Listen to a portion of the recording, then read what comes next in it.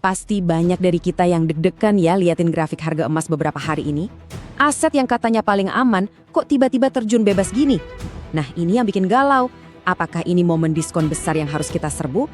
Atau justru tanda-tanda bahaya buat kejatuhan yang lebih dalam lagi? Yap, Anda nggak salah baca. Rp300.000 per gram. Sebanyak itulah nilai emas menguap cuma dalam hitungan hari. Ini bukan sekedar koreksi biasa loh, ini guncangan yang bikin kita semua wajar bertanya, ini sebenarnya ada apa sih? Biar lebih kebayang, coba kita lihat angkanya. Tanggal 29 Januari, harga emas masih gagah di angka 3,2 juta rupiah per gram. Selang beberapa hari aja, di 2 Februari, harganya udah nyentuh 2,9 juta. Cepet banget kan turunnya? Inilah yang bikin banyak investor, apalagi yang baru mulai, jadi was-was. Terus artinya apa nih? Kalau kata para analis, ini tuh koreksi sehat. Jadi pasar ibaratnya lagi ambil nafas setelah lari kencang. Tapi ya jelas, ini jadi pelajaran yang pahit banget buat siapapun yang kemarin beli di harga tertinggi karena kena FOMO alias fear of missing out. Emas emang suka nguji mental kita ya. Oke, sekarang pertanyaannya kok bisa sampai anjlok begini? Penurunan ini jelas ada sebabnya. Yuk kita bedah bareng-bareng apa aja faktor dari luar dan dalam negeri yang bikin harga emas jadi tertekan. Jadi dari panggung dunia ada 3 pemain utama nih. Pertama, banyak investor kakap yang melakukan profit taking gede-gedean.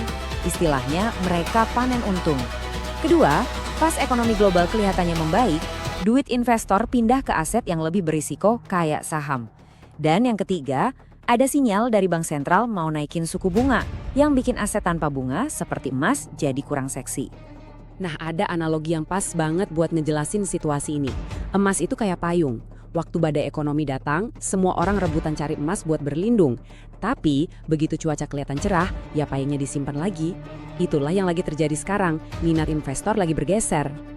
Tapi, ada yang unik nih di Indonesia. Harga emas di sini itu nggak 100% ngikutin harga dunia. Kenapa? Karena nilai tukar rupiah kita terhadap dolar itu berfungsi kayak rem alami. Jadi, kalaupun harga emas dunia anjlok parah, tapi rupiah kita juga melemah, jatuhnya harga emas lokal nggak akan sedalam itu. Ini penting banget buat kita ingat. Nah, kalau udah begini, biasanya orang terbelah jadi 2 kubu. Pilihan Anda mau ikut arus panik atau justru melihat ini sebagai peluang, itu yang bakal menentukan nasib investasi Anda ke depan. Coba deh kita putar waktu sedikit ke belakang, ke Oktober 2025. Waktu itu harga juga sempat anjlok parah, bikin panik massal.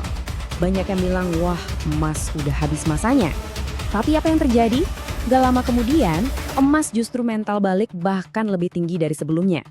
Ini bukti kalau sejarah sering berulang, dan di balik kepanikan, seringkali ada peluang besar. Jadi, coba tanya ke diri sendiri, Anda masuk tim yang mana? Apakah Anda tim panik, yang tiap hari liatin grafik merah, makin takut rugi dan akhirnya jual murah? Atau Anda masuk tim peluang, yang dari kemarin justru udah siapin amunisi uang tunai dan ngelihat penurunan ini sebagai great sale buat nambah koleksi gram emasnya? Oke, setelah kita tahu mau jadi tim yang mana, sekarang kita ngomongin strateginya. Investor yang cerdas dan tenang itu nggak cuma diem, tapi mereka punya rencana yang jelas buat menghadapi pasar yang lagi bergejolak kayak gini. Nah, ini dia strategi yang paling sering disarankan para ahli, dollar cost averaging atau disingkat DCA. Gampangnya gini deh, ini adalah strategi nabung rutin atau nyicil beli. Intinya, Anda nggak taruh semua uang Anda di satu waktu, jadi resikonya bisa diminimalkan. Ini cara pintar buat jaga dompet sekaligus jaga kewarasan. Yuk kita pecah jadi rencana aksi yang gampang diikuti. 1. Siapkan total modal investasi Anda. Ingat, harus uang dingin ya. 2. Pakai sekitar 30% dari modal itu buat beli di harga sekarang. 3. Nah ini kuncinya, simpan sisa 70%-nya buat amunisi cadangan kalau harga turun lagi. Tujuannya apa? Bukan buat nebak harga terendah, tapi buat dapetin harga beli rata-rata yang serendah mungkin. Kenapa strategi ini disebut win-win? Gini, kalau setelah Anda beli 30% itu ternyata harga langsung terbang lagi, ya syukurlah Anda nggak ketinggalan kereta.